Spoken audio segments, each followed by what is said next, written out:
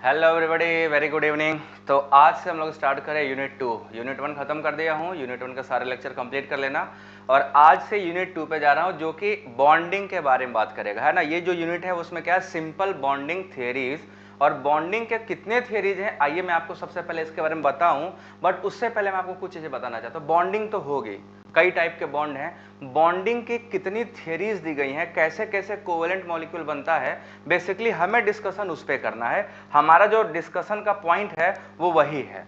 तो हम लोग देखेंगे डिस्कशन जो होता है वो कैसे बॉन्डिंग पे होता है। उस पर आने से पहले हमें एक छोटा सा टॉपिक पढ़ना है, दो छोटे टॉपिक पढ़ने हैं। एक एटॉमिक ऑर्बिटल्स क्या होते हैं, और दूसरा जो टॉपिक पढ़ना है वो पढ़ना है इलेक्ट्रॉनिक कॉन्फ़िगरेशन कैसे किया जाता है, Aufbau principle, Pauli exclusion principle और होम्स रूल, इन सबको कवर करना है। बट वहां जाने से पहले मैं आपको एक हाईलाइट चीज बता दूं, हम एटम के बारे में जानने वाले हैं, एटम के, ठीक है। एटॉमिक स्ट्रक्चर का पूरा पार्ट होता है। हम ऑर्बिटल तभी जान पाएंगे जब हमें एटम की जानकारी हो। अगर आपको एटम की जानकारी नहीं है तो फिर आप कभी भी एटॉमिक ऑर्बिटल के बारे में जानकारी गेन नहीं कर पाओगे। तो सबसे पहले हम बात करेंगे एक एटम की, ठीक है। अगर आपके पास एक एटम है तो आप सभी लोग बताएं कि एटम के अंदर क्या क्या चीजें प्रेजेंट होती हैं। अगर हम बात करें कि हमारे पास एक एटम है तो एटम के अंदर क्या क्या चीज प्रेजेंट होती है, तो मैं आपको सबसे पहले बता दूं। आप एटम ड्रॉ करते हो ऐसा स्फेरिकल ना, ये स्फेरिकल एटम ड्रॉ करते हो ना, इसके अंदर देखो बच्चों चार चीजें होती हैं, है ना। चार चीजें होती हैं जिसके बारे में आपको पढ़ना है डिटेल में, और उसी से ऑर्बिटल आएगा। एक तो ये एटम के सेंटर में क्या होता है, न्यूक्लियस होता है। न्यूक्लियस के चारों तरफ सेल होते हैं जिसको हम लोग मेन एनर्जी सेल कहते हैं, ठीक है। These are called shells. तो एक एटम में चार बातें होती हैं। सबसे पहले एक एटम के अंदर क्या होता है, सेल, जिसको हम लोग मेन एनर्जी सेल या प्रिंसिपल क्वांटम नंबर भी कहते हैं। और इस सेल के अंदर सब सेल्स होते हैं, सब सेल, ध्यान दीजिएगा, सब सेल। हर सेल के अंदर क्या होता है, सब सेल। और हर सब सेल के अंदर होता है ऑर्बिटल्स। हर सब सेल के अंदर कौन होता है, ऑर्बिटल, जिसके बारे में हमें पढ़ना है, ऑर्बिटल्स। और हर ऑर्बिटलों में क्या पाया जाता है, इलेक्ट्रॉन्स। ऑर्बिटल के अंदर कौन पाए जाते हैं, इलेक्ट्रॉन्स। तो एक्चुअली हमें इलेक्ट्रॉन का घर पता लगाना है। आप देख पा रहे हो ना, यहां से हम क्या पता लगाने वाले हैं, इलेक्ट्रॉन का घर। इलेक्ट्रॉन का घर क्या, ऑर्बिटल। ऑर्बिटल कहां पाया जाता है, सब सेल के अंदर। सब सेल कहां पाए जाते हैं, सेल के अंदर। और सेल क्या होता है, न्यूक्लियस के चारों तरफ जो ये आपका स्फेरिकल स्पेस दिख रहा है, जिसको हम लोग के एल एम एन से रिप्रेजेंट करते हैं, या 1 2 3 ऐसे रिप्रेजेंट करते थे, वही आपका क्या होता है, सेल होता है। सेल को दूसरे नाम से भी जानते हैं, इसको हम लोग प्रिंसिपल क्वांटम नंबर भी बोलते हैं। प्रिंसिपल क्वांटम नंबर यही होता है, या इसी को बोलते हैं मेन एनर्जी सेल। एम का मतलब मेन, ई का मतलब एनर्जी, एस का मतलब सेल। सेल के अंदर सब सेल, सब सेल के अंदर ऑर्बिटल, ऑर्बिटल के अंदर क्या होते हैं, इलेक्ट्रॉन्स। तो हमें पढ़ना है ऑर्बिटल, है ना। हमें क्या पढ़ना है, ऑर्बिटल। अब आप सभी लोग बताओ, सबसे पहले ऑर्बिटल की अगर हम बात करें तो आप बताओ ऑर्बिटल डायरेक्ट आ जाएगा क्या, बिना सब सेल के जानकारी का आपको ऑर्बिटल मिल जाएगा, नहीं मिलेगा। बिना सब सेल के जानकारी का आपको ऑर्बिटल मिलने वाला नहीं है। तो आइए पहले सेल के बारे में जाने क्या क्या है, सब सेल के बारे में जाने क्या क्या, फिर अपने आप ऑर्बिटल पता चल जाएगा, और यही हमको पता लगाना है। सो लेट्स स्टार्ट विथ, सबसे पहले हम स्टार्ट क्या करेंगे, the first thing is cell.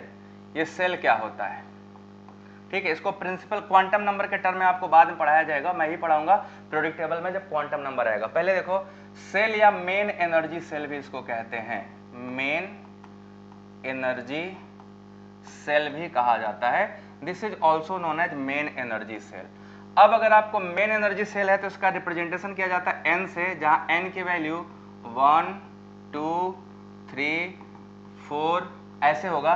कोई इंटीजर होगा, कभी भी ये फ्रैक्शनल, निगेटिव या जीरो नहीं हो सकता, ठीक है। फ्रैक्शनल, निगेटिव और जीरो नहीं हो सकता। तो आपका कोई इंटीजर वैल्यू होना चाहिए, जीरो से लेकर इनफाइनाइट तक जाए, 1 2 3 4 5 6 7 8 9 10, वो कुछ भी हो सकता है, बट इट इज कंपल्सरी कि वो इंटीजर हो, ठीक है। इसको हम 1 वाले को के से के एल एम, 4 को एन, ऐसे डैश डैश डैश रिप्रेजेंट करा जाता है, तो ये एन बताता है। अब देखो एन से क्या इंफॉर्मेशन मिलता है, n is also known as, also called as, इसको हम लोग प्रिंसिपल क्वांटम नंबर बोलते हैं, प्रिंसिपल क्वांटम नंबर भी कहते हैं। यही आपका प्रिंसिपल क्वांटम नंबर होता है। जो न्यूक्लियस के चारों तरफ जो गोला गोला बनाते हो ना, उसी को बोलते हैं। जब भी आप इलेक्ट्रॉनिक कॉन्फ़िगरेशन लिखते होगे आपको सबको याद होगा 1s 2s 2p 3s 3p 3d लिखते हो ना, तो जो ये न्यूमेरिकल वैल्यू है 1 2 3 ना, यही आपका n है।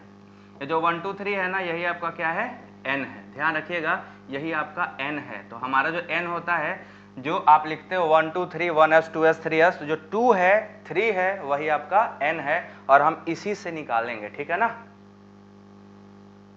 ये अच्छे से ध्यान रखिएगा। तो आपका प्रिंसिपल क्वांटम नंबर है। अब देखो, प्रिंसिपल क्वांटम नंबर मतलब कि सेल आ गया। सेल के बाद दूसरा आता है सब सेल। दूसरा हमारा क्या आता है, सब सेल। अब यहीं से आपका ऑर्बिटल स्टार्ट हो जाएगा, यहीं से आपका ऑर्बिटल क्या होगा, स्टार्ट। सब सेल्स, सब सेल क्या होता है बच्चों, ये किसके अंदर प्रेजेंट होता है, these are present inside the shell. ये सेल के अंदर पाए जाते हैं। ध्यान दीजिएगा, these are present in this shell. Shell के अंदर ये पाए जाते हैं। और ये चार टाइप के, चार टाइप से अभी आपके सिलेबस में 4 ही टाइप का है, बट ये 4 टाइप से ज्यादा होता है। देखो कौन कौन सा है। एक आपने पढ़ा होगा एस सब सेल, है ना, एस सब सेल। एस ऑर्बिटल नहीं है, एस सब सेल है। फिर आपने पढ़ा होगा पी सब सेल। पी सब सेल के बाद कौन सा आता है, डी सब सेल। इन सबका शेप पढ़ूंगा आज, सबका शेप पढ़ाऊंगा, ओरिएंटेशन पढ़ाऊंगा, सब पढ़ाऊंगा डिटेल में। सब सेल। और एक क्या होता है, एफ सब सेल, एफ सब सेल। इसके अलावा एफ के बाद जी भी होता है, एच भी होता है। अभी तक इतने एलिमेंट ढूंढे नहीं गए कि उनकी जरूरत पड़े। अभी जितने एलिमेंट हमारे सिलेबस में मतलब अपने पीरियोडिक टेबल में हैं, उनसे एस पी डी एफ से काम हो जाएगा। उतने अपने सिलेबस में अभी भी पाए जाते हैं। सभी लोग वीडियो को एक बार लाइक कर दो जितने बच्चे हो, और एक बार बच्चों जरूर शेयर कर दो, ताकि और बच्चे जो अभी नहीं जुड़े हैं उनको पता चल जाए, वो भी जुड़ जाए। ये काम आप सभी लोग तुरंत कर दो, ठीक है। तो ये अपने पास 4 टाइप के सब सेल हैं। अब आप लोग जरा बताओ, यहाँ पे जो एस पी डी एफ लिखा है, इसका कोई मतलब है क्या। ये जो मैंने सब स्मॉल होता है, ये ध्यान रखना, ये एस पी डी एफ सब स्मॉल होगा, कैपिटल मत रखना। कैपिटल का भी केमिस्ट्री में मीनिंग है, वो 3rd सेमेस्टर में जब आइएगा ना तो आपको पता चल जाएगा। अभी सब एस पी डी एफ का फुल फॉर्म, अगर आपसे पूछा जाए एस पी डी एफ का फुल फॉर्म, तो आप देखो क्या बोलोगे। सबसे पहले हम यहीं पे डील करेंगे एस सब सेल, है ना, एस सब सेल की बात करेंगे। तो एस सब सेल क्या होता है, आइए इसके बारे में आपको बताएं। एस सब सेल, तो आप लोग पहले सब सेल में जब जा ही रहे हो, तो एस का यहां पे मतलब होता है, एस स्टैंड फॉर, किसी को पता है क्या एस क्या होता है। एस का मतलब होता है शार्प, ठीक है। इस एस का क्या मतलब होता है, sharp, S H A R P, this is stand for sharp. और एस सब सेल का जो स्फेरिकल शेप होता है, कैसा होता है, it is spherical in shape, spherical in shape. यही आपको डिटेल में पढ़ना है। इनका जो शेप होता है वो स्फेरिकल होते हैं। दूसरा, it has no nodal plane. अभी आपको ये भी समझाता हूं, नो नोडल प्लेन, इनके पास कोई नोडल प्लेन नहीं होता। आइए पहले इसके बारे में आपको बता दूं कि नोडल प्लेन क्या होता है। जरा 1 मिनट मुझे देना, ठीक है। आपको 2 डेफिनेशन देने जा रहा हूं, दोनों डेफिनेशन को ध्यान से सुनना। पहले एक आप पढ़ोगे ऑर्बिटल्स क्या होते हैं, ठीक है, ऑर्बिटल्स, उसके बाद समझाता हूं ऑर्बिटल्स। और दूसरा डेफिनेशन आप लोगे नोड एंड नोडल प्लेन, ठीक है। एक होगा नोड और दूसरा होगा नोडल प्लेन। ये 2 चीजों के बारे में सबसे पहले आप जान लो, नहीं तो आपको आगे थोड़ा सा दिक्कत होने वाला है। ऑर्बिटल किसको कहते हैं, अगर आपसे पूछा जाए कि ऑर्बिटल क्या होते हैं, तो आप अपने टर्म में ऑर्बिटल को क्या डिफाइन करना चाहोगे, आपके हिसाब से ऑर्बिटल क्या होते हैं, बताइए सभी लोग। ऑर्बिटल को अगर डेफिनेशन पूछे आप ऑर्बिटल क्या बोलते हो, तो ऑर्बिटल का डेफिनेशन बहुत सिंपल है। देखो, एटम के चारों तरफ का वह 3D स्पेस, ठीक है, 3D space around, 3D space around the nucleus, around the nucleus, where probability of finding electron is maximum, probability of finding electron is maximum, उस 3D स्पेस को हम लोग ऑर्बिटल बोलते हैं। ठीक है, बात समझ में आया? तो न्यूक्लियस के चारों तरफ का वह 3D स्पेस जहां पे इलेक्ट्रॉनों के पाए जाने की संभावना सबसे ज्यादा हो, मैक्सिमम संभावना हो कि इलेक्ट्रॉन मिलेंगे, उस स्पेस को हम क्या बोलते हैं? ऑर्बिटल बोलते हैं। इलेक्ट्रॉन हमेशा कहां पाए जाते हैं? ऑर्बिटलों में पाए जाते हैं। सो हम लोग ये बोलेंगे वह 3D स्पेस कहां पे? न्यूक्लियस के चारों तरफ का जहां पे इलेक्ट्रॉनों के पाए जाने की संभावना मैक्सिमम हो, दैट इज कॉल्ड ऑर्बिटल्स। ठीक है, ऑर्बिटल समझ में आया? उसका दूसरा पार्ट नोड है। ठीक है, नोड होता है न्यूक्लियस के चारों तरफ का वह स्पेस जहां पे इलेक्ट्रॉनों के पाए जाने की संभावना 0 हो। बात समझे कि नहीं? न्यूक्लियस के चारों तरफ का वह स्पेस जहां पे इलेक्ट्रॉन के पाए जाने की संभावना 0 हो, उसे बोलते हैं नोड। तो नोड क्या होता है? वह न्यूक्लियस के चारों तरफ का स्पेस जहां प्रोबेबिलिटी ऑफ फाइंडिंग इलेक्ट्रॉन क्या हो? 0। Space around the nucleus, space around the nucleus where probability of finding electron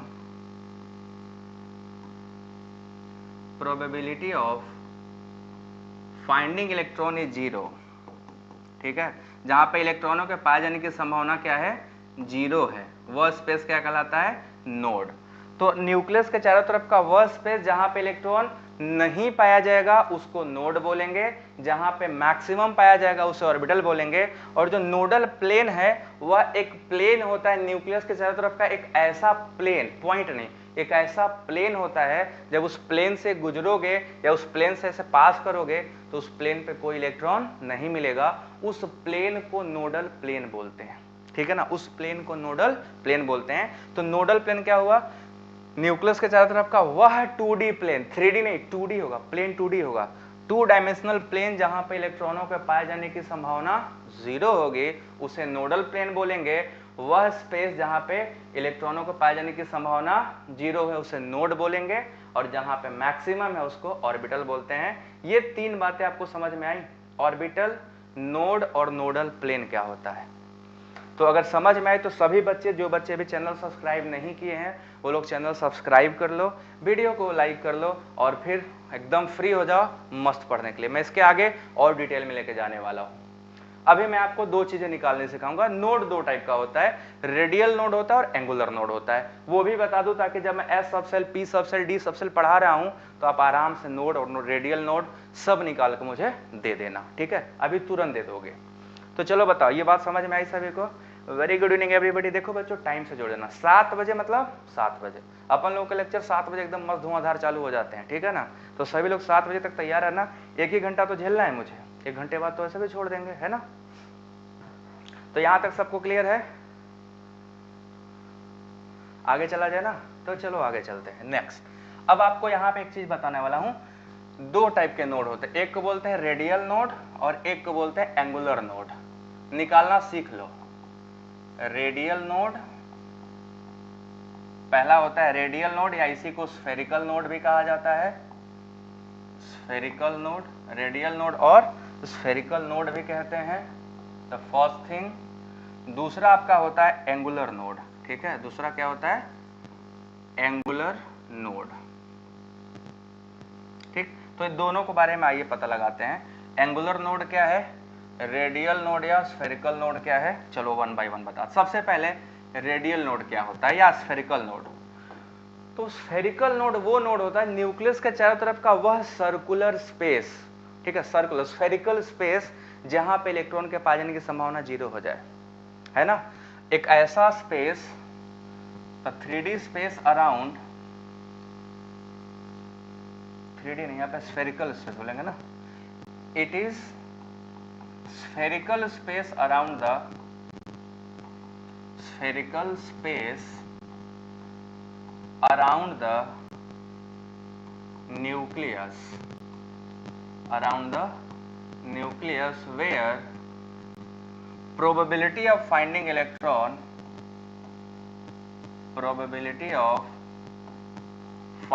electron is 0।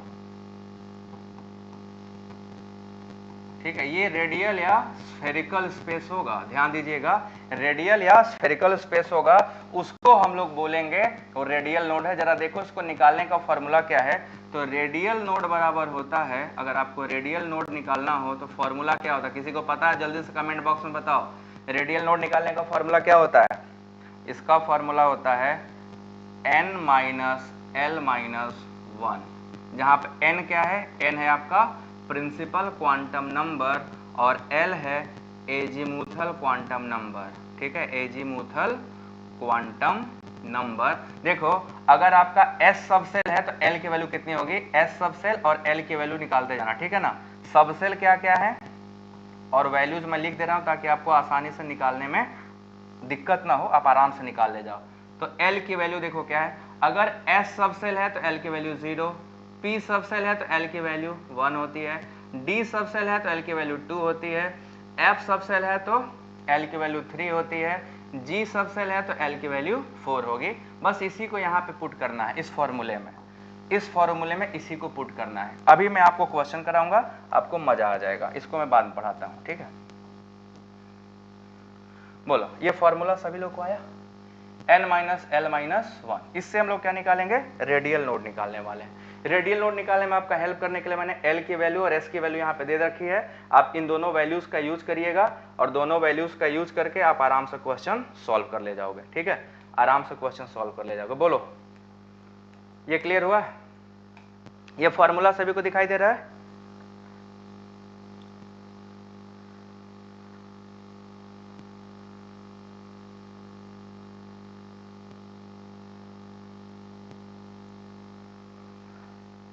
Rohit तुम्हारा जवाब बहुत शानदार था, ऐसे ही बच्चे चाहिए, ठीक है ना। ये बात समझ में आ गया ना, ये बात क्लियर हुआ? चलो निकालते हैं, रेडियल नोड निकालते हैं। बेटा क्या करोगे, सिलेबस में 11th वाला टॉपिक ही दिया है तो हम क्या करें, और बीएससी का क्या होता है तुम बता दो।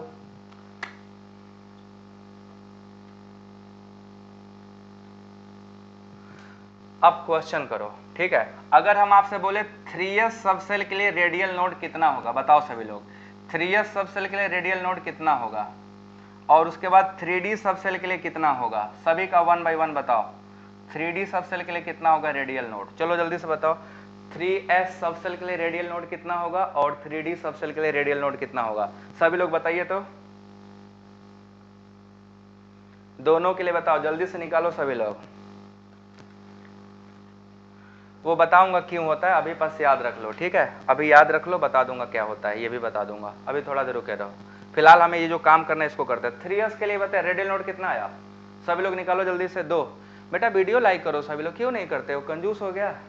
देखो इसके लिए 3 के लिए 3n की वैल्यू कितनी है, n की वैल्यू 3 है, l की वैल्यू s सबसेल है ना तो 0 हो जाएगा, तो क्या होगा 3 माइनस 0 माइनस 1 बराबर 2 आएगा। यहाँ पे n की वैल्यू 3 है और l की वैल्यू 2 है, तो यहाँ क्या हो जाएगा 3 माइनस 2 माइनस 1 इक्वल टू 0। तो 3d में आपका रेडियल नोड क्या है, 0 है, और 3s में रेडियल नोड क्या है, 2 है।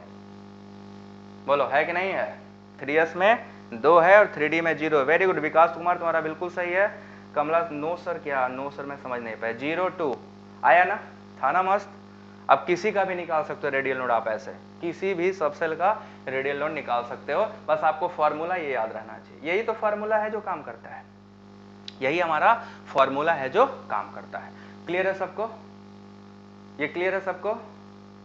3d के लिए 0, वेरी गुड। जरा बता बच्चों 4f के लिए कितना आएगा, अगर हम 4f दे दे, चलो यही एक तो बचा था बेचारा, इसको भी बता देते हैं। 4f के लिए कितना आएगा, 4f के लिए रेडियल नोड कितना आएगा,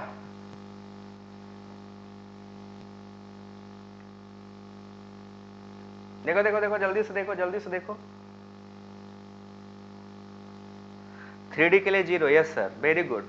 4f के लिए भी बता दो ना, 4f का इंतजार करूंगा सबका। 4f का भी 0 आएगा, वेरी गुड, 4f का भी 0 आएगा, निकाल के देख लो, ठीक है। अब दूसरा है आपका एंगुलर नोड, ठीक है, ये क्या होता है, एंगुलर नोड। और एंगुलर नोड कुछ नहीं होता है, ये सिर्फ एजीमुथल क्वांटम नंबर के बराबर होता है, ठीक है, ये एजीमुथल क्वांटम नंबर के बराबर होता है। तो अगर आपको एंगुलर नोड पूछा है तो कुछ नहीं तो एक एंगुलर स्पेस होता है सर्टेन एंगल पे जहां पे इलेक्ट्रॉन के पाए जाने की संभावना मैक्सिमम होती है। एक ऐसा angular space around the nucleus जहां पे इलेक्ट्रॉन के पाए जाने की संभावना मैक्सिमम हो। तो एंगुलर स्पेस निकालने के लिए आपका क्या होगा, एंगुलर नोड इक्वल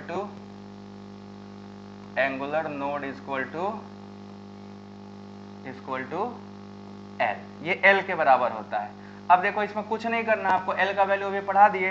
अब बोलो इसमें 4f सबसेल के लिए कितना होगा एंगुलर नोड, 3s सबसेल के लिए कितना होगा एंगुलर नोड, 5d के लिए कितना होगा एंगुलर नोड, और 6p के लिए कितना होगा एंगुलर नोड। सब के लिए फटाफट बता दो, सभी के लिए फटाफट बता दो एंगुलर नोड।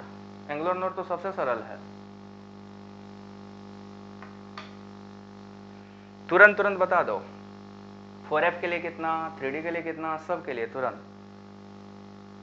फिर हम लोग ऑर्बिटल पे ही आ रहे हैं, उसके बाद तो सीधा ऑर्बिटल पे आना है, वही है।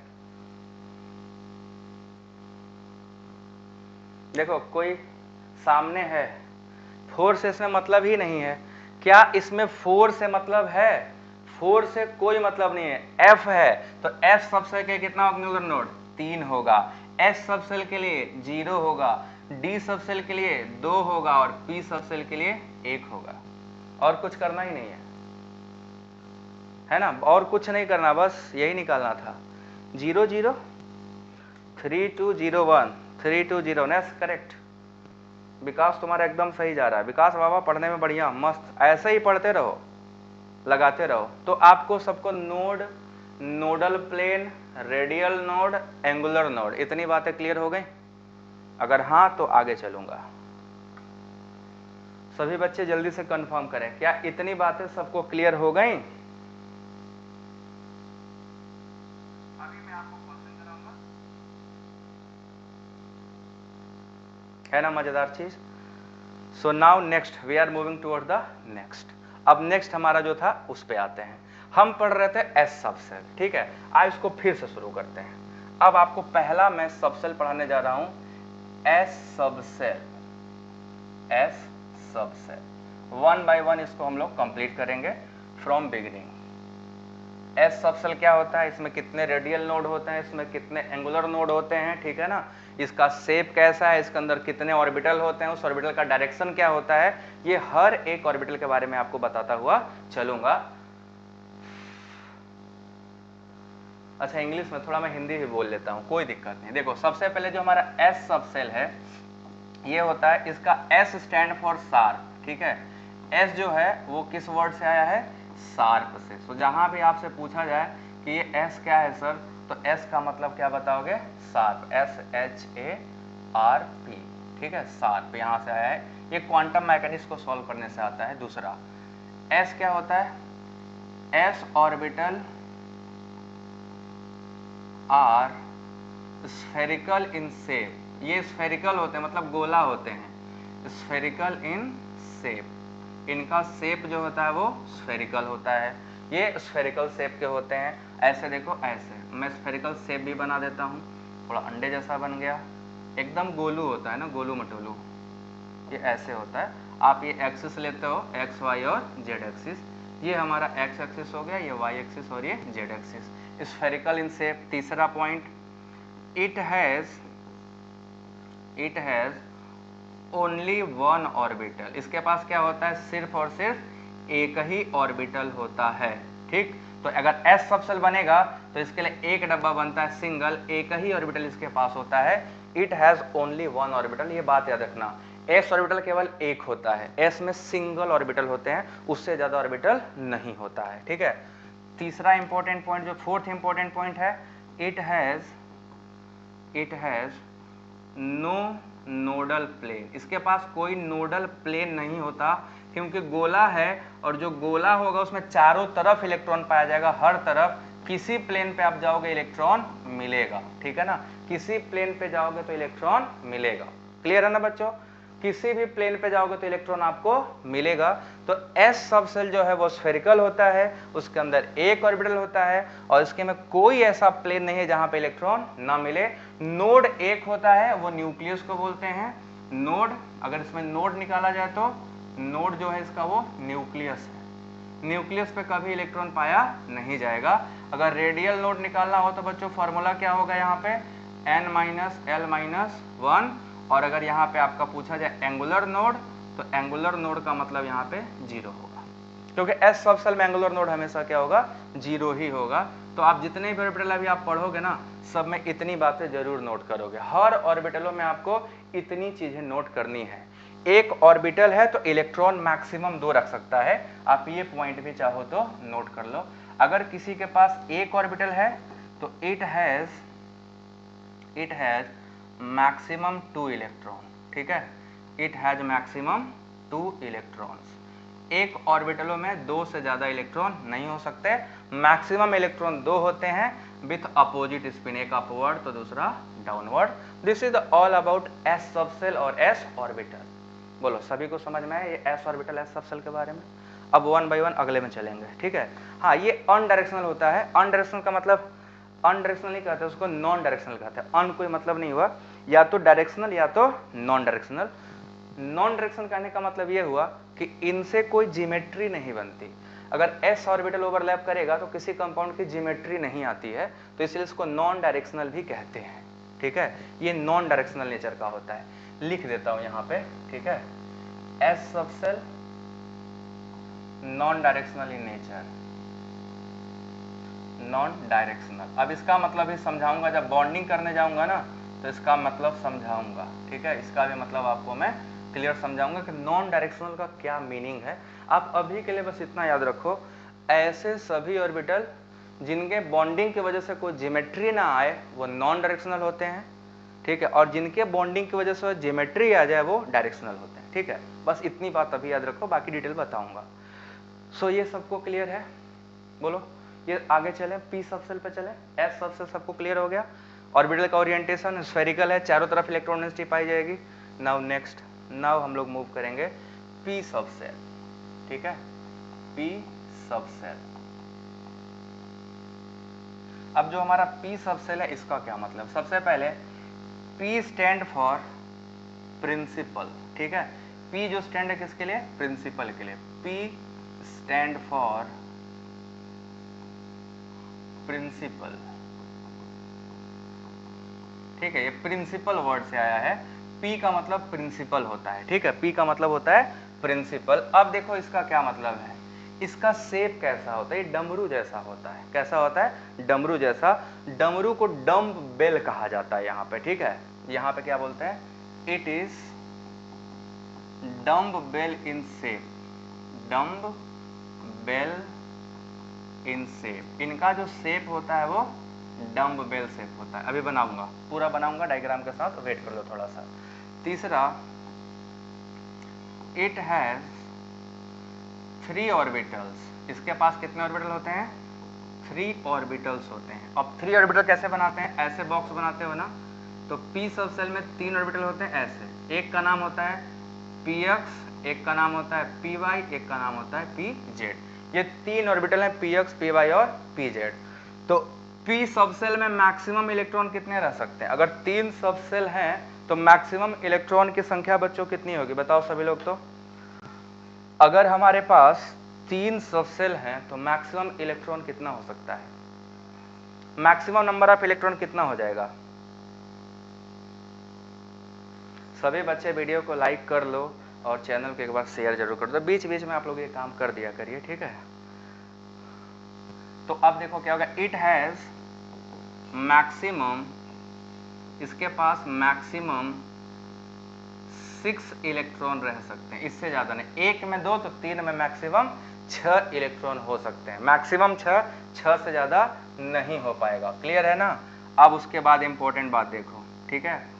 इनमें क्या होता है, ईच ऑर्बिटल हैव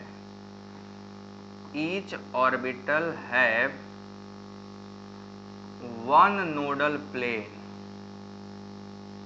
सभी ऑर्बिटल के पास एक नोडल प्लेन जरूर होता है, ठीक है। यहाँ पे सभी ऑर्बिटलों के पास एक एक नोडल प्लेन होगा, अभी बताऊंगा। नोड देखो सब में एक पाया जाएगा, वो न्यूक्लियस है। नोड हर जगह होगा, न्यूक्लियस जो पॉइंट है ना बच्चों, वही नोड है, तो वो हर जगह पाया जाएगा, ठीक है। ओमनी डायरेक्शनल नहीं होता, पागल मत बनो। एक नोडल प्लेन सब में पाया जाएगा। px में भी एक नोडल प्लेन, py में भी एक नोडल प्लेन और pz में भी एक नोडल प्लेन पाया जाएगा। एकदम क्लियर कट है। तीसरा, एंगुलर नोड कितना होगा इसका? एंगुलर नोड की बात करें तो एंगुलर नोड बराबर हमेशा क्या आएगा? 1। और स्फेरिकल नोड निकालना होगा तो स्फेरिकल नोड के लिए फॉर्मूला सेम लगेगा, n माइनस l माइनस 1। अब इनका मैं शेप बनाने जा रहा हूं। देखो ये क्लियर हो गया ना। अब सबसेल के लिए अगर आपके पास कौन सा सबसेल है ये पता चल जाए, ठीक है, तो हमें कौन सा l की वैल्यू कितनी होगी अभी मैंने बता दिया, l की वैल्यू भी आपको पता चल जाएगी तुरंत। सबसेल S है तो वैल्यू 0 है, सबसेल P है तो 1 है, D है तो 2 है और F है तो 3 है। इतनी बातें आपको याद रखनी है, इतनी तो कम से कम आप याद रख लोगे ना। हाँ, it is directional in nature. अगला पॉइंट ये नोट कर लेना, ये डायरेक्शनल नेचर होता है। क्यों होता है आइए बताते हैं। देखो जैसे आप तैयारी करो, अपने बीएससी में एडमिशन लिया, आप डायरेक्शनल और नॉन डायरेक्शनल का मतलब समझो, मैं बताने जा रहा हूँ। आपने ग्रेजुएशन में एडमिशन लिया बट आपको पता नहीं है फ्यूचर में आपको क्या करना है, सब सर्कुलर है ना, कुछ भी कर सकते हो, मतलब कोई डायरेक्शन नहीं है, आप एकदम चारों तरफ एक जैसा है। तो जब आपका डायरेक्शन नहीं होता तब सब कुछ सोचते हो सब बन जाएंगे बट उसमें से एक भी बन नहीं पाओगे। बट जब आपको पता है कि आगे चल के हमें साइंटिस्ट बनना है, टीचर बनना है, हमको रिसर्चर बनना है या हमको कुछ भी बनना है, तो आपका जब डायरेक्शन फिक्स हो जाता है ना, मुझे यहीं जाना है, आपका रास्ता क्लियर है, तो आपका डायरेक्शन पता है मुझे इसी डायरेक्शन में मूव करना है, तो आप डायरेक्शनल हो। जब आपका डायरेक्शन पता है तो आप डायरेक्शनल हो, कहाँ जाना है आपको पता है, मतलब आपका डायरेक्शन सेट है। तो जिनका डायरेक्शन सेट है वो डायरेक्शनल, और जिनका डायरेक्शन नहीं सेट है वो हर जगह घूम रहे हैं, सब जगह वही है, उनको लग रहा है सब कर लूंगा, डॉक्टर बन जाऊंगा, इंजीनियर बन जाऊंगा, हाँ मास्टर बन जाऊंगा, टीचर बन जाऊंगा, सब बन जाऊंगा, वो कुछ नहीं बनते, उनको बोलते हैं नॉन डायरेक्शनल। तो जब आप जिस स्टेज पे हो यहाँ से आपको एक चीज क्लियर करना बहुत जरूरी है, हमें क्या करना है। देखो पी का क्लियर है, पी में आपने मैंने क्या बताया, 3 ऑर्बिटल होता है ना, इट हैज 3 ऑर्बिटल्स। अब देखो क्यू इनका डायरेक्शनल फिक्स है, ठीक है, and they have directional nature, they have directional nature. ये जब मैं वीबीटी बताऊंगा ना इसलिए पढ़ा रहा हूं, ठीक है, वो पगलेट था जो आके बोल रहा था कि 11th का पढ़ा रहे हैं, मैं ये इसलिए अभी पढ़ा रहा हूं कि जब आपको वीबीटी पढ़ाऊंगा तो इन सभी ऑर्बिटलों के डायरेक्शन आएंगे, बिना डायरेक्शन के ओवरलैप होता नहीं, बैलेंस बॉन्ड थ्योरी काम करेगी नहीं, इसलिए आपको ये जानना बहुत जरूरी था। मैं जो भी चीज़ पढ़ाऊंगा उसका आगे जरूर इंपॉर्टेंस होगा, इसीलिए मैं पढ़ा रहा हूँ, ठीक है। वो भले आपके सिलेबस में ना हो यहाँ पे दिख रहा, बट वो आगे आपके सिलेबस में उसके बिना काम नहीं होना है। तो अगर मैं एक कदम पीछे का पढ़ा रहा हूँ ना, इसका मतलब ये है आपको 10 कदम आगे वाला आसानी से समझ में आ जाएगा, इसलिए मैं एक कदम पीछे जाकर पढ़ाया, ठीक है। रेडियल नोड ये सब तुम्हारे सिलेबस में नहीं है, बट आगे जब आएगा ना तो उसके बिना बॉन्डिंग नहीं होगी। शेप जब आएगा ना तो बॉन्डिंग नहीं होगी, बिना शेप के आपको पता है बॉन्डिंग कर ही नहीं पाओगे। तो ये कभी मत सोचना मैं अलूल जुलूल कुछ नहीं पढ़ाता, मैं जो भी करता हूँ ना यहाँ पे वो सब काम आएगा। आप याद कर लो, मैंने हाइब्रिडेशन आपको सबसे पहले पढ़ाया था। हाइब्रिडेशन इसलिए पढ़ाया था क्योंकि जहाँ रेजोनेंस करना चालू किए हर जगह हाइब्रिडेशन आया था। अगर मैं हाइब्रिडेशन पहले ना पढ़ाता तो कई बच्चे ये पूछते सर हाइब्रिडेशन कैसे पता चला, इसीलिए मैं पहले 3 लेक्चर हाइब्रिडेशन का पढ़ाया फिर रेजोनेंस पढ़ाया। तो हर चीज़ का एक मीनिंग होता है जो आपको आसानी से समझ में आ जाए, दैट इज वाई मैं पीछे का चीज़ें कुछ पहले लाता हूँ ताकि माहौल सही रहे। So let's proceed. देखो पीएक्स सबसेल, अगर हम बात करें पीएक्स सबसेल का तो इसमें जो ऑर्बिटल का डायरेक्शन है वो एक्स एक्सिस पे ही पाया जाएगा। वो कहाँ पाया जाएगा, सिर्फ और सिर्फ एक्स एक्सिस पे। अब देखो यहाँ पे जो अगर आप जोड़ोगे तो आपको इलेक्ट्रॉन डेंसिटी कहाँ मिलेगा, सिर्फ एक्स एक्सिस पे। This orbital is called px, और ये आपका पीएक्स ऑर्बिटल है। अगर आप इसमें सोचोगे कि हम एक्स एक्सिस से जाएं तो आप सीधे ऑर्बिटलों से बॉन्ड बना पाओगे। अगर पीएक्स ऑर्बिटल है तो ये सिर्फ और सिर्फ एक्स एक्सिस पे जाके बॉन्ड बनाता है, सिर्फ और सिर्फ एक्स एक्सिस पे जाके बॉन्ड बनाता है। अगर इलेक्ट्रॉन वाई एक्सिस से आया, जेड एक्सिस से आया, तो आप बताओ बॉन्डिंग हो पाएगी क्या? क्या एक्स और एक्स के अलावा वाई जेड एक्सिस से इलेक्ट्रॉन आएगा तो बॉन्डिंग होगी? आप सभी लोग बताओ पॉसिबल है क्या? क्या एक्स एक्सिस के अलावा इलेक्ट्रॉन वाई जेड से आएगा तो बॉन्डिंग होगी? नहीं होगी, क्योंकि वाई जेड पे इलेक्ट्रॉन है ही नहीं। तो आपको क्या मिलेगा, अगर आप बॉन्डिंग करना चाहते हो तो आप सिर्फ एक्स एक्सिस पे आओगे, और एक्स एक्सिस पे आओगे तो बॉन्डिंग हो जाएगी। तो इसने साफ साफ बता दिया मेरा डायरेक्शन फिक्स है, मैं बॉन्डिंग करूंगा तो एक्स एक्सिस पे, और नहीं तो मैं बॉन्डिंग नहीं करूंगा। तो अगर आपके पास एक्स एक्सिस है तो डायरेक्शन फिक्स है, सिर्फ एक्स एक्सिस पे ही बॉन्डिंग होगा, वाई जेड पे बॉन्डिंग नहीं होगा। कितनी आसानी से बात समझ में आ गई, डायरेक्शनल नेचर समझ में आया ना। अब इसमें पूछोगे सर वो नोडल प्लेन का बताए थे कौन सा है, इसका जो नोडल प्लेन है एनपी का मतलब नोडल प्लेन वो है आपका पी वाई जेड। जो पी वाई जेड प्लेन है वो नोडल प्लेन है। देखो अगर 3 एक्सिस है एक्स वाई और जेड, तो अगर आप एक्स एक्सिस पे इलेक्ट्रॉन है, आप इस प्लेन से गुजरो, वाई जेड प्लेन से गुजरो, तो वाई जेड प्लेन से देखो ना इधर इलेक्ट्रॉन है ऊपर ना नीचे, और न्यूक्लियस पे तो है ही नहीं। तो एक्स और वाई जो प्लेन है हमारा, सॉरी वाई और जेड जो प्लेन है, उस दोनों प्लेन पे इलेक्ट्रॉन के पास जाने की संभावना 0 होगी। बात समझ में आया ना, उस पे इलेक्ट्रॉन के पास जाने की संभावना 0 होगी। बात समझे कि नहीं समझे।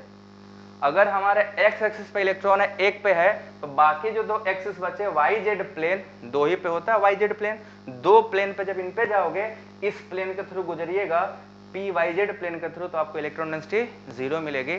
उसी को नोडल प्लेन बोलते हैं। ठीक है, तो what is nodal plane? Nodal plane is nothing, it is the plane from where जब हम गुजरेंगे तो इलेक्ट्रॉन 0 मिल जाए, वही नोडल प्लेन है। और आपका जो ये वाई जेड और वाई है, पी वाई जेड एक्सिस, वो नोडल प्लेन। हेलो वर्षा। सो कोई बच्चे इसमें केएनपीजी के बाहर के हो क्या? जो बच्चे केएनपीजी के बाहर को जरा कमेंट मारो ना, देखें कौन कौन बाहर से आया है। बाकी हमारे बच्चे तो रॉक द चौक है ना, केएनपीजी वाले तो हमेशा से रॉक रहे हैं, शुरू से ही धुआंधार पढ़े जा रहे हैं। जो बच्चे बाद में आए वो भी पढ़ोगे धीरे धीरे, पीछे का लेक्चर कवर करना।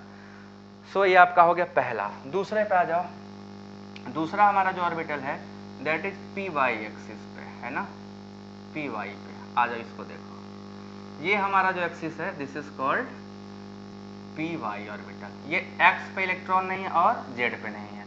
अब देखो अगर हम इसमें इलेक्ट्रॉन डेंसिटी एक्स एक्सिस या जेड एक्सिस से लें तो बॉन्डिंग नहीं होगी, ओवरलैप ही नहीं करेगा।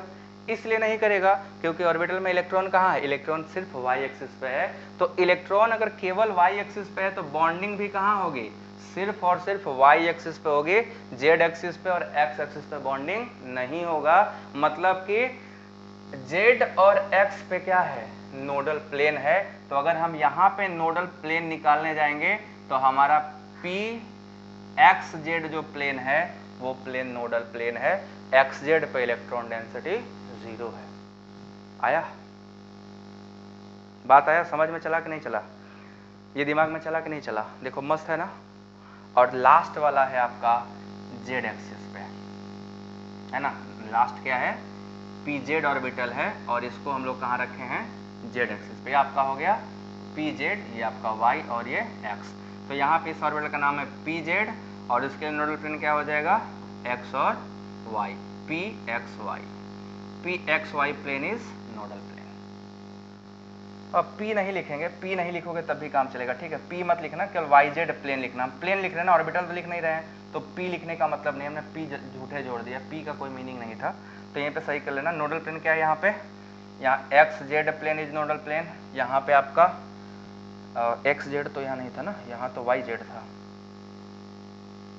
यहाँ पे वाई जेड प्लेन, यहाँ पे एक्स जेड प्लेन, और यहाँ पे एक्स वाई प्लेन। पी नहीं लिखना, पी तो ऑर्बिटल को बता देगा ना, तो पी वाई मिस्टेकन लिख गया था, उसको हटा दिया जाए।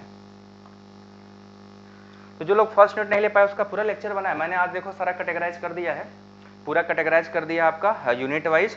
आप जाइएगा थोड़ा स्क्रॉल करके नीचे, उसके बाद ऊपर आईटी नीट जेई वालों का है, दूसरा फर्स्ट सेमेस्टर का, तीसरा थर्ड सेमेस्टर का और फिफ्थ सेमेस्टर का। तो आप अकॉर्डिंगली जाओगे ना तो आपका प्लेलिस्ट बना हुआ है, मैंने सब सिस्टमैटिकली अरेंज कर दिया है,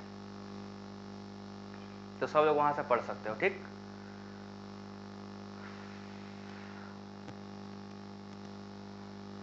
भाई तुम्हें तो बीएससी का पढ़ना है ना, तो काहे तुम परेशान हो? हाँ क्लासेस चल रही है ना, ग्रेजुएटेड इंडियन, मुझे नहीं पता ग्रेजुएटेड इंडियन हो कि नहीं हो, पर जैसे बातें करते हो उससे लगता है कि टोटली अनग्रेजुएटेड हो। कि एनपीजी क्लास में मिलना, हम तुमसे पूछेंगे कि तुम्हें 11th लेवल का कितना आता है, फिर बताना, बात करेंगे तुमसे। सो ये क्लियर हो गया सबको? ये बीएससी फर्स्ट सेमेस्टर का ही पढ़ा रहे हैं भाई, पूरा फर्स्ट सेमेस्टर का सिलेबस पढ़ा रहे हैं, तो क्यों नहीं यूजफुल होगा? महान महान यूजफुल है, ये नीट के लिए महा यूजफुल है, जेई के लिए महा यूजफुल है, एमएससी इंट्रेंस के लिए हर जगह यूजफुल है। आप पहले केमिस्ट्री पढ़ रहे हो, अब जाकर ढूंढ लो, क्लास 11th में था, टारगेट में हर जगह है। सो ये सबको क्लियर हो गया ना, ये हमारे 3 ऑर्बिटल हैं। अब चलो डी सबसेल। नाउ हमारा अगला है D subshell. D subshell, D subshell, D stand for diffuse, ठीक है। यहां पे जो डी वर्ड है, डी स्टैंड फॉर डिफ्यूज, ठीक है। ये डिफ्यूज वर्ड से बना है, डिफ्यूज, ठीक है। डी का मतलब होता है डिफ्यूज। अब डी सबसेल में क्या है, ये भी आपका डायरेक्शनल नेचर होता है, इसमें 5 ऑर्बिटल होते हैं। इसके अंदर कितने होते हैं, 5 ऑर्बिटल, ठीक है। इट हैज 5 ऑर्बिटल्स, टोटल इसमें 5 ऑर्बिटल्स होते हैं, 5 ऑर्बिटल्स। अभी सबका नाम लिख देता हूं, 5 ऑर्बिटल्स। कौन कौन सा देखो, D X Y, D Y Z, D Z X, फिर D X square to Y square, और लास्ट में है डी जेड स्क्वायर, ठीक है, डी जेड स्क्वायर। ये 5 ऑर्बिटल इसके अंदर प्रेजेंट होते हैं। सबसे पहले क्या है, it stand for diffuse, it has 5d orbital, ठीक। नेक्स्ट देखो, it is double dumbbell shape, it is double dumbbell shape. इसके अंदर 2-2 डमरू लगा होता है, इसलिए इसको डबल डम्बबेल शेप बोलते हैं, बिकॉज इट हैज 2 ऑर्बिटल्स, है ना। 2-2 लोब बने होते हैं, दोनों लोब आप 1 by 1 देखोगे, ठीक है ना। तो it has double dumbbell shape. Next point क्या है, देखो जरा, इट हैज, इसमें खास क्या है, it has 2 set of orbital. इसके अंदर 2 सेट होते हैं ऑर्बिटल को, 2 सेट्स ऑफ ऑर्बिटल। इसके पास ऑर्बिटलों के 2 सेट होते हैं, ठीक है। देखो कौन कौन सा सेट है, अच्छे से समझ लो। एक सेट होता है अलोंग द एक्सिस वाले, 2 ऑर्बिटल अलोंग द एक्सिस होते हैं, किसी को पता है कौन कौन सा, अलोंग द एक्सिस। और एक सेट होता है इन बिटवीन द एक्सिस, ठीक, in between the axis. 3 orbital क्या होते हैं इन बिटवीन द एक्सिस, उसका नाम है D X Y, D Y Z और डी जेड एक्स। ये इन बिटवीन द एक्सिस होते हैं। और बाकी के जो 2 ऑर्बिटल है वो है आपका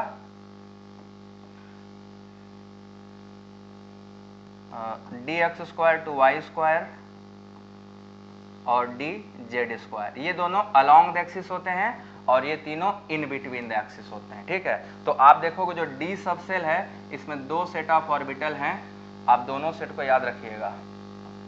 हमारे डी सबसेल में 2 सेट ऑफ ऑर्बिटल होते हैं, इन बिटवीन 2 और इन बिटवीन 3 और अलोंग द एक्सिस 2 ऑर्बिटल होते हैं। तो आपको दोनों चीज सीखने मिलेगा कैसे कैसे काम करता है, ठीक है ना। ये समझ गए सभी लोग।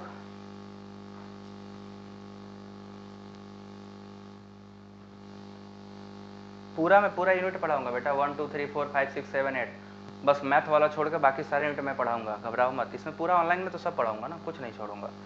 ये क्लियर हुआ सभी को? सभी लोग बताओ, इतनी बातें क्लियर है। अब बताओ इसमें मैक्सिमम इलेक्ट्रॉन कितने होंगे?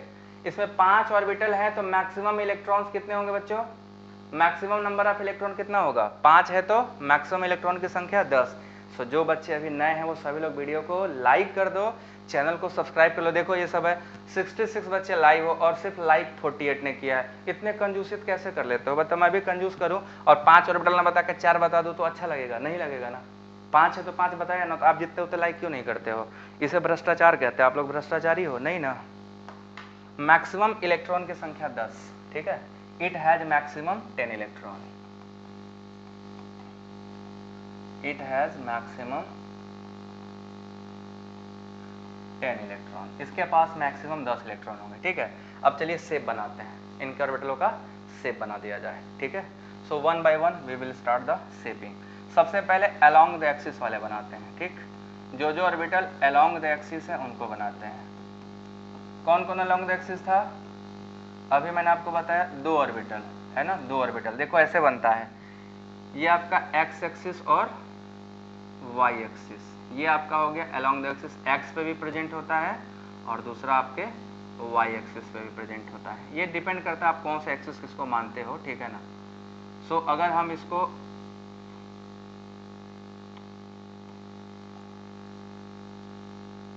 ये हो गया आपका ये और ये, इसको x मान लेते हैं और इसको मान लेते हैं y और ये z। तो ऑर्बिटल देखो x पे भी प्रेजेंट है और y पे भी, इसीलिए इसका नाम है dx² टू y स्क्वायर। ये हमारा ऑर्बिटल क्या होगा, x² टू y स्क्वायर। दोनों लोब जो हैं, दोनों लोब वो आपके एक्सिस पे हैं। किस किस एक्सिस पे हैं, एक x एक्सिस पे है, दूसरा y एक्सिस पे है, ठीक है, y एक्सिस पे। तो आपको यहाँ क्या दिखाई देगा कि now it has two lobes and both lobes are along the axis. आप यहाँ पे अच्छे से देख पा रहे होगे। ये x² टू y स्क्वायर का है।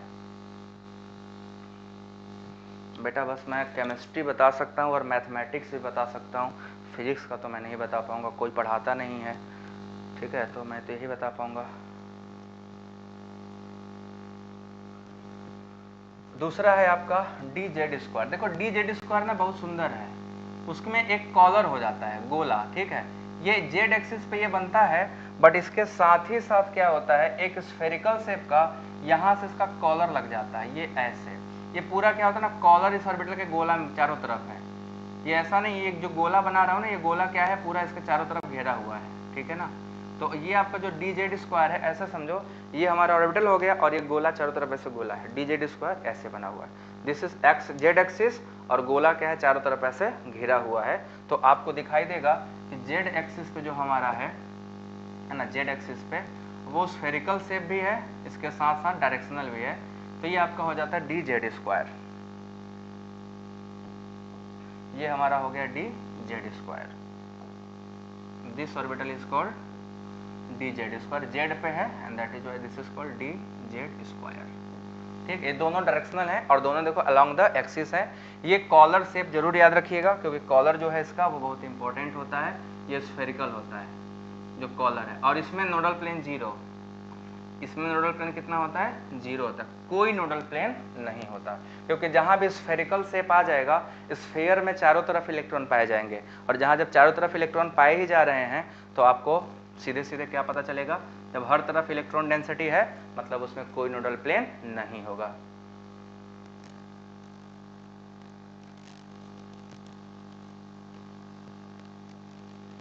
क्या लिखा भाई, न्यू प्रोडक्ट पढ़ाओ यार, मतलब नहीं समझे हम।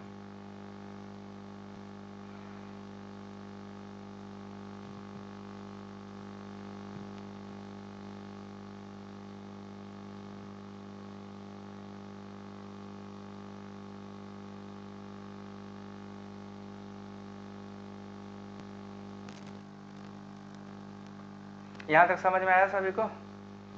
ये दोनों एक्सिस अलोंग द एक्सिस होते हैं, क्लियर है? बस 3 ऑर्बिटल और बचे हैं, बस आपका काम आज का खत्म हो जाएगा। बस थोड़ा सा और, थोड़ा देर और। ये दोनों क्लियर है। इसमें नोडल प्लेन 2 होता है, इसमें 2 नोडल प्लेन होता है, ठीक है, 2 नोडल प्लेन पाए जाते हैं, बट यहाँ पे डिफाइन नहीं किया जाता कौन कौन सा है, क्योंकि बहुत डिफिकल्ट हो जाता है। वैसे अगर डिफाइन करें तो ऐसे है, dz² टू x² और दूसरा dz² टू y²।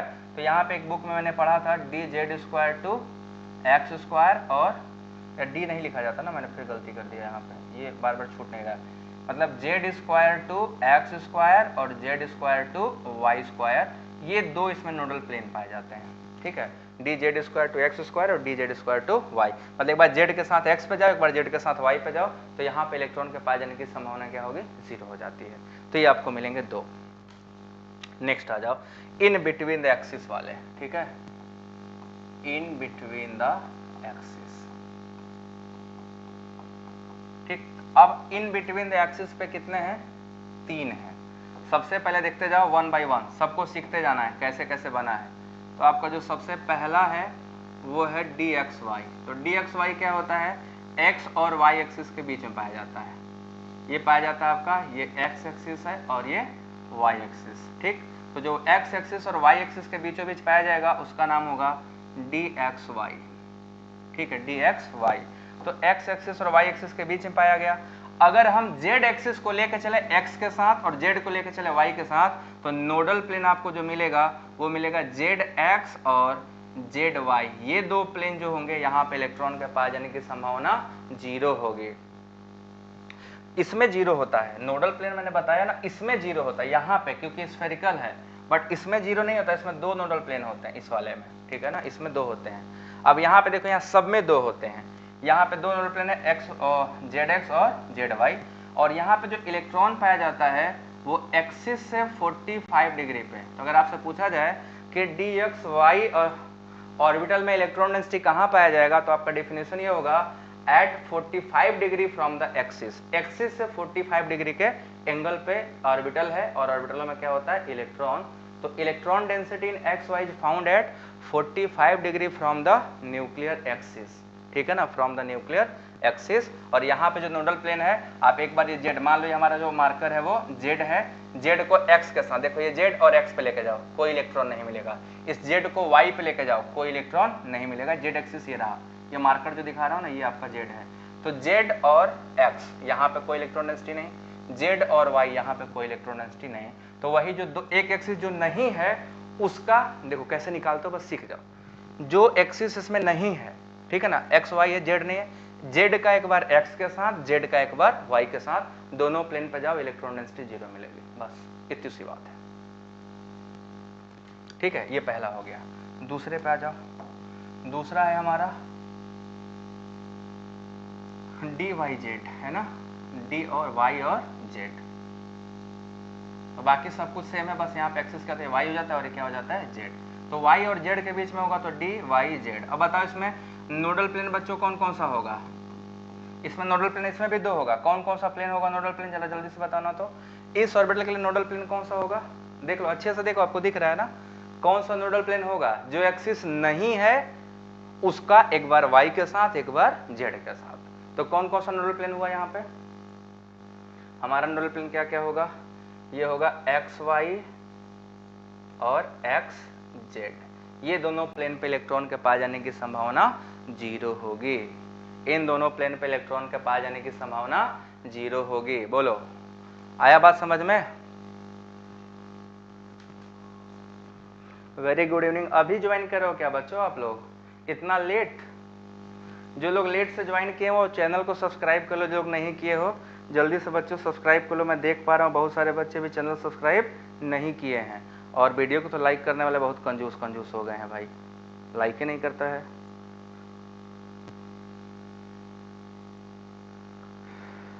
यहां तक समझ में आ गया?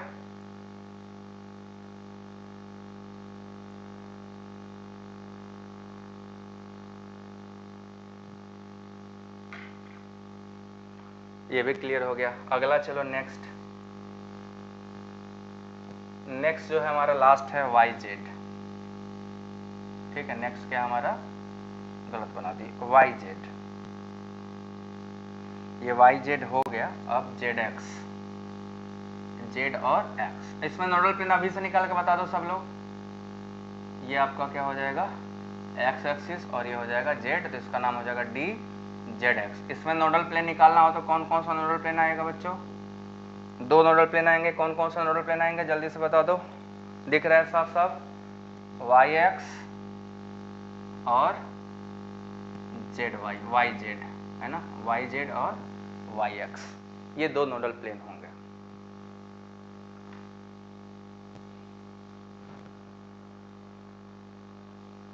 अब सबने लाइक कर दिया, वेरी गुड।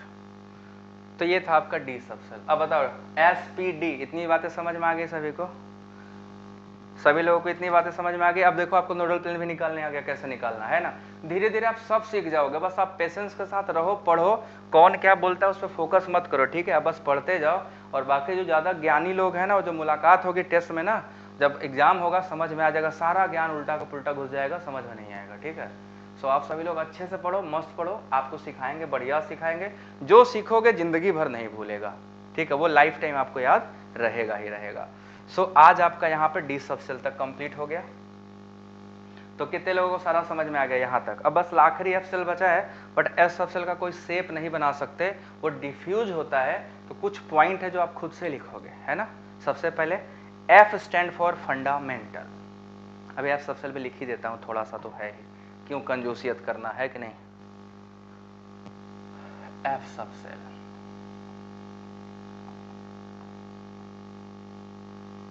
एफ सब सेल क्या होता है, एफ का मतलब है, एफ स्टैंड फॉर फंडामेंटल। जो हमारा एफ है वो किसके लिए स्टैंड है, एफ स्टैंड फॉर फंडामेंटल, ये फंडामेंटल से आया, ठीक है।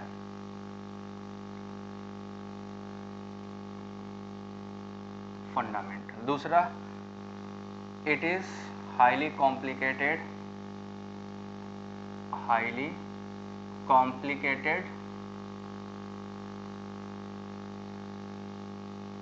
एंड डिफ्यूज शेप, जो बना नहीं सकते, बहुत हाईली कॉम्प्लिकेटेड होता है और डिफ्यूज होता है, तो इसको ड्रॉ नहीं कर सकते। ड्रॉ 3D में होता है, वो ड्रा नहीं कर सकते हम लोग यहाँ, ये अनड्रॉएबल, हम इसको ड्रॉ यहाँ पे कर नहीं पाएंगे, ठीक है ना, ये चीज़। तीसरी चीज़ जो है वो, इट हैज़ 7 ऑर्बिटल, इसके पास कितने ऑर्बिटल होते हैं, 7 ऑर्बिटल होते हैं। इट हैज 7 ऑर्बिटल्स, टोटल ऑर्बिटलों की संख्या इनके पास 7 है, तो मैक्सिमम नंबर ऑफ इलेक्ट्रॉन कितना होगा, maximum number of electron equal to 40, ठीक है। एंगुलर नोड निकालोगे बच्चों तो कैसा होगा angular node, angular node equal to हमारा आएगा, एफ है ना, एफ के लिए 3 आएगा, और रेडियल नोड का सेम फार्मूला काम करेगा, रेडियल नोड का फॉर्मूला सेम काम करेगा, n माइनस एल माइनस 1, ठीक है। बस इतना इन्फॉर्मेशन इसमें हम दे सकते हैं, इससे ज़्यादा इन्फॉर्मेशन नहीं है इसके पास, ठीक है। तो ये आपका क्लियर हो गया सभी को, तो सभी बच्चों को मज़ा आया ना, शेप ऑफ ऑर्बिटल कंप्लीट हो गया। कल बढ़ाएंगे इलेक्ट्रॉनिक कॉन्फ़िगरेशन, ठीक है, पाउली का प्रिंसिपल, अबाउ का प्रिंसिपल, उसके बाद हुंड्स रूल क्या होता है, इन सभी को कल हम लोग डिटेल में पढ़ेंगे। वो आपके एग्जामिनेशन में सीधा आता है, या हुंड्स रूल पे लिखने को आता है, या तो अबाउ प्रिंसिपल पे, या तो पाउली, तीनों में से किसी एक का आना कंपलसरी है, वो आता ही आता है। सो आज की सभा संपन्न हुई, अगली सभा में हम कल फिर मिलेंगे। तब तक सभी लोग एक बार वीडियो को अपने दोस्तों में शेयर साझा जरूर करिएगा, लाइक जरूर करिएगा वीडियो को। एक बच्चा हमेशा डिसलाइक कर देता है, ठीक है, अच्छी बात है, अच्छा लगता है देख के, और बाकी सभी बच्चे शेयर कर देना, ठीक है। और कल फिर मिलेंगे, तब तक के लिए tata bye bye, good night.